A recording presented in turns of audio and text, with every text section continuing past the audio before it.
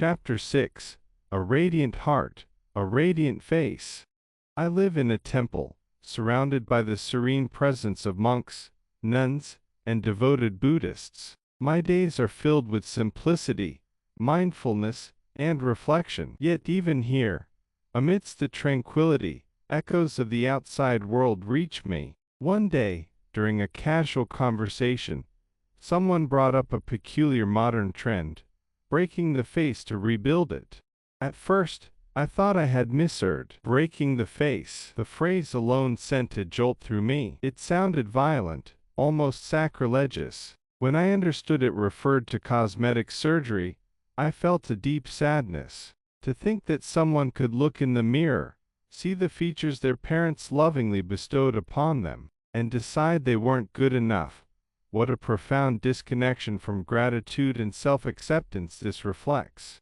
The sacred gift of our features, our bodies, our faces, they are sacred gifts. They are the physical manifestations of our parents' love, the result of their union and sacrifices. Every curve of our cheekbones, every dimple, every freckle is a story.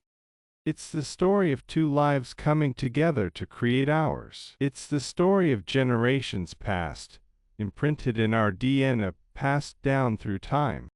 When we look in the mirror, we should see not flaws, but a legacy. Our eyes might resemble our mothers, the same eyes that welled up with tears when we took our first steps. Our hands might mirror our fathers, hands that worked tirelessly to provide for us. How can we look at these features, so rich in meaning, and feel anything but gratitude?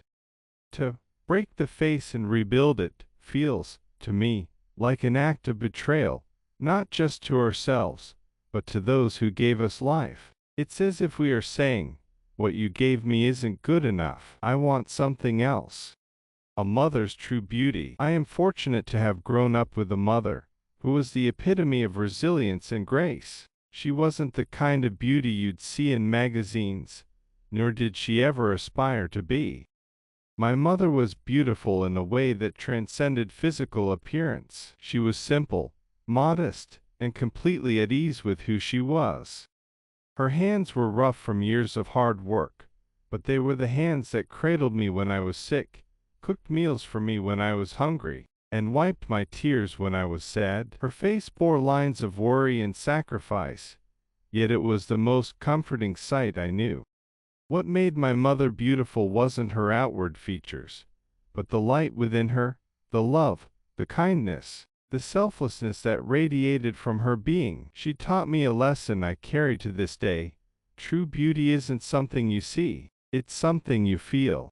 The illusion of perfection. The world today is obsessed with perfection. Everywhere we look, on social media, in advertisements, in films, we are bombarded with images of flawless faces and bodies. High cheekbones, sharp jawlines, smooth skin, symmetrical features.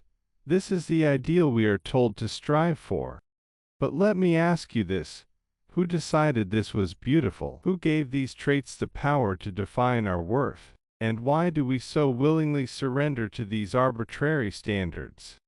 The truth is, these standards are illusions. They are fleeting, ever-changing, and impossible to truly attain. No matter how much we chase them, they leave us empty. A sharper nose won't bring us closer to happiness. Fuller lips won't fill the void in our hearts. Perfection, as the world defines it, is a mirage. The radiance of inner light. There's a saying I hold dear, a bright heart shines brighter than a polished face. Think about it. What draws us to a person isn't the symmetry of their features, but the warmth of their smile, the kindness in their eyes, the compassion in their actions. I've met people with faces society might call ordinary, yet their presence was extraordinary. They exuded a quiet confidence, a deep peace, a genuine kindness that made them unforgettable. And I've met others with seemingly perfect features, yet their coldness, arrogance, or insincerity made them unapproachable. Beauty fades, but character endures. A kind word, a selfless act, a forgiving heart. These are the traits that make a person truly beautiful. Honoring what we've been given. Our bodies are temples. They are the vessels through which we experience life. To alter them unnecessarily is to risk losing the sacredness of what they represent. Every imperfection, every flaw is a part of our story. The scar on your knee might remind you of the time you fell off your bike as a child. The lines on your face might speak of years spent laughing, worrying, and living fully. Instead of focusing on what we wish to change, why not focus on what we wish to nurture? Why not cultivate kindness, generosity, patience, and love? These are the traits that will leave a lasting impression, long after our physical beauty has faded. A reflection on simplicity. My mother taught me that simplicity is the ultimate sophistication. She lived her life with grace, never seeking to impress others with her appearance. Yet she impressed everyone who met her with her integrity, her strength, and her humility. Her beauty was not in her clothes, her makeup, or her jewelry. It was in her actions, in the way she cared for others, in the way she faced hardships with courage, and in the way she gave without expecting anything in return.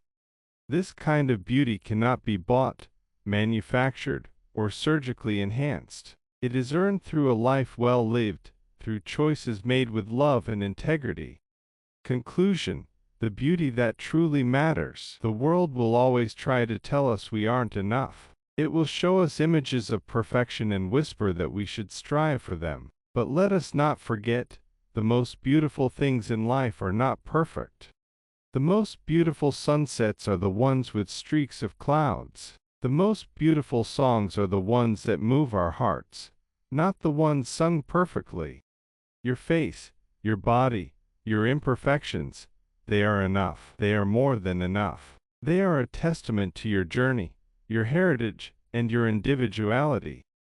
Cherish them, honor them, and remember, the light of your heart will always outshine the flaws in your mirror. Let that be the beauty the world sees.